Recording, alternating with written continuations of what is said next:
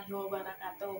Perkenalkan, nama saya Widya Gifarini dengan NIM 2412300013, Program Studi Tadris Ilmu Pengetahuan Alam semester 3. Nah, di video kali ini untuk memenuhi tugas atau ujian akhir semester dari mata kuliah Studi Al-Quran dan Hadis. Ada 5 pertanyaan. Yang pertama yaitu, bacalah redaksi hadis di bawah ini dengan jelas, baik, dan benar.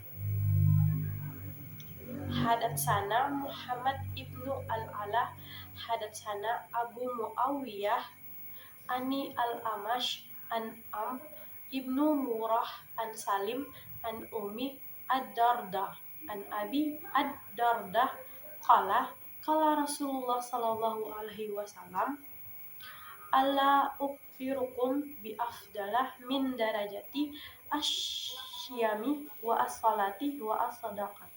Qalu balakalla islahu dan dati al-abaini wa fasadu dati al-baini al-haliku.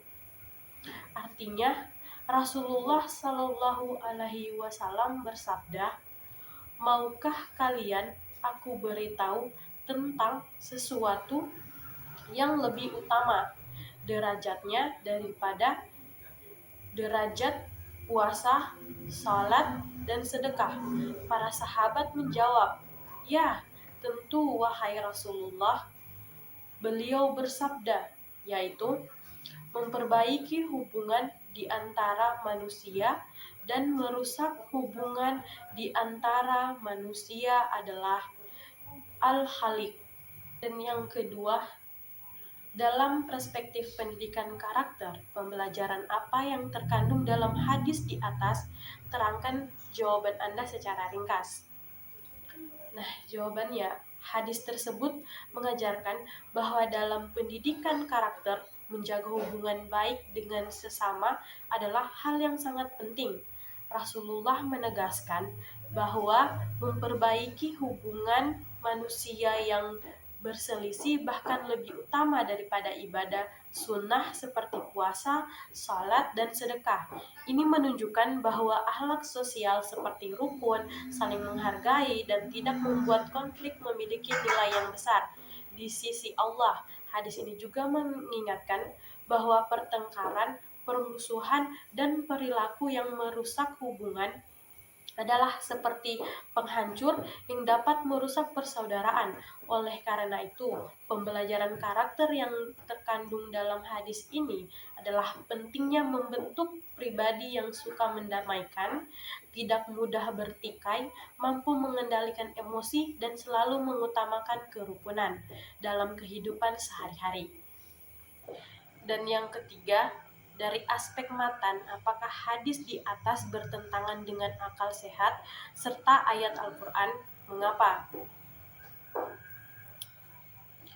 Hadis itu tidak bertentangan dengan akal sehat maupun ayat Al-Quran. Secara akal, manusia memang butuh hidup rukun. Kalau orang saling bermusuhan, hidup jadi kacau. Maka sangat masuk akal jika mendamaikan orang lebih besar nilainya daripada ibadah sunnah, karena hal itu menjaga ketenangan dan kebaikan bersama. Dalam Al-Quran pun Allah memerintahkan orang beriman untuk mendamaikan saudara yang bertengkar, seperti dalam surat Al-Hujarat ayat 10, Al-Quran juga melarang permusuhan dan perpecahan. Jadi, isi hadis ini sejalan dengan perintah Al-Quran. Kesimpulannya, hadis tersebut cocok dengan akal dan sesuai dengan Al-Quran karena sama-sama mengajarkan pentingnya perdamaian, rukun, dan menjaga hubungan baik. Pertanyaan yang keempat, sebuah hadis memiliki 3 unsur, yaitu sanad, matan, rawi. Tentukan atau tuliskan siapa saja yang menjadi sanad, yang bagian mana matan, redaksi siapa rawi dari hadis di atas.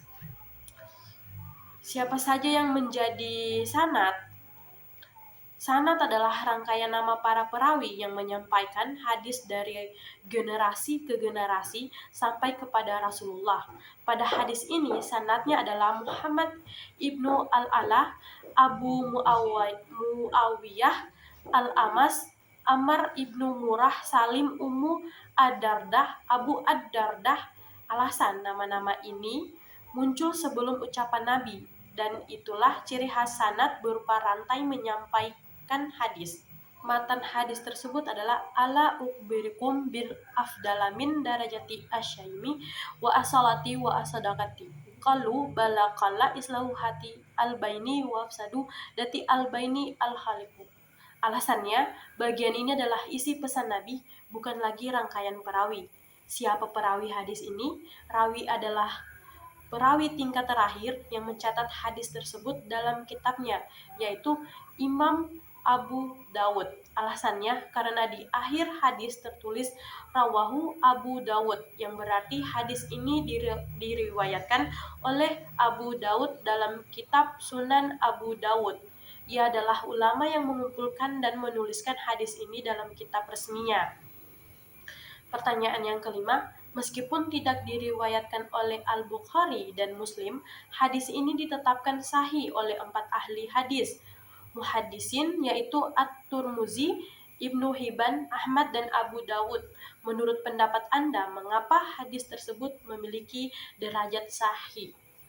Hadis ini tetap dianggap sahih karena memenuhi syarat-syarat hadis sahih. Pertama, rantai sanadnya bersambung, artinya setiap perawi saling bertemu dan benar-benar meriwayatkannya dari gurunya. Tidak ada bagian sanad yang terputus. Kedua, para perawinya orang-orang yang jujur dan dikenal berakhlak baik. Ulama hadis menilai semua nama yang ada dalam sanad ini sebagai perawi yang dapat dipercaya. Yang ketiga, hafalan mereka kuat sehingga kecil kemungkinan mereka salah menyampaikan hadis. Perawi seperti Al-Amash, Ammar ibnu Murrah, dan Abu Muawiyah terkenal memiliki kemampuan menghafal riwayat dengan baik. Yang keempat, isi hadis ini tidak bertentangan dengan ajaran Islam. Pesan tentang pentingnya mendamaikan orang yang bertengkar sesuai dengan ayat-ayat Al-Quran dan hadis yang lain sahih, sehingga tidak ada kejanggalan dalam matannya. Kelima, para ahli hadis tidak menemukan cacat tersembunyi dalam sanad maupun isinya.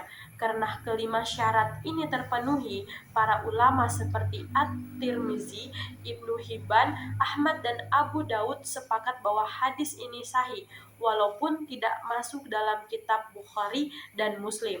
Mungkin itu saja, terima kasih.